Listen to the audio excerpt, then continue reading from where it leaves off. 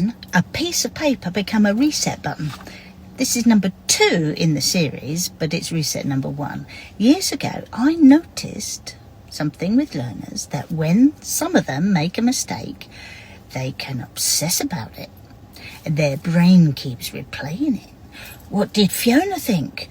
What will the examiner think? Was that a serious or a minor or a...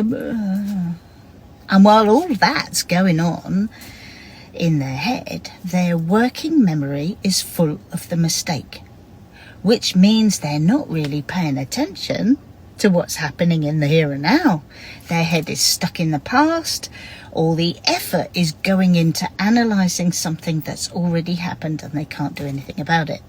And the problem with that is they can't change the past. But while someone's still driving, their attention needs to be in the here and now. Because if their focus stays on the mistake that is in the past, they're far more likely to make another mistake at the massive roundabout that's ahead. So this is something I started doing years ago.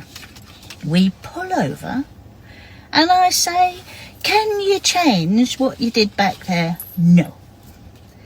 Can you do anything differently about it? No. Do you want to keep obsessing about it? No. And so I grab a piece of paper and I say, can you write the thing down that you did on the piece of paper? The thing that you're uncomfortable about, the thing that you cannot change but you're obsessing about. And they write their thing down. Oops, I did this, I did that. And you hold up the piece of paper, ask them to hold it up. Then hold your piece of paper. That's a mistake. Can you do anything about it when you're driving? Get them to acknowledge they can't. And then you say, right, hold your piece of paper. Now, screw it up and throw it on the back seat. And that becomes the new rule, even if it's a mental rule. When something happens while you're driving, scrunch it up and throw it on the back seat. Because you can't change it. But what you can do is focus on what's happening next in the here and now. And we can pull over later and we can pick it up again, undo your piece of paper and have a look at it. But while you're driving, you just leave it on the back seat. We can sort it out later.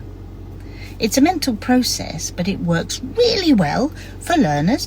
It works if you're coming up for your part 2. It works if you're coming up for your part 3. And it certainly works during or before in the mental prep for your standards check. As long as it's a mental practice you have in your head. It's a mental reset, even if you don't screw up a piece of paper. But that's reset number 1, a piece of paper. Follow me on here or YouTube so you don't miss the next one in the reset button mini-series. And I'll show you the next way you can reset your learner in some seconds. Thanks for listening.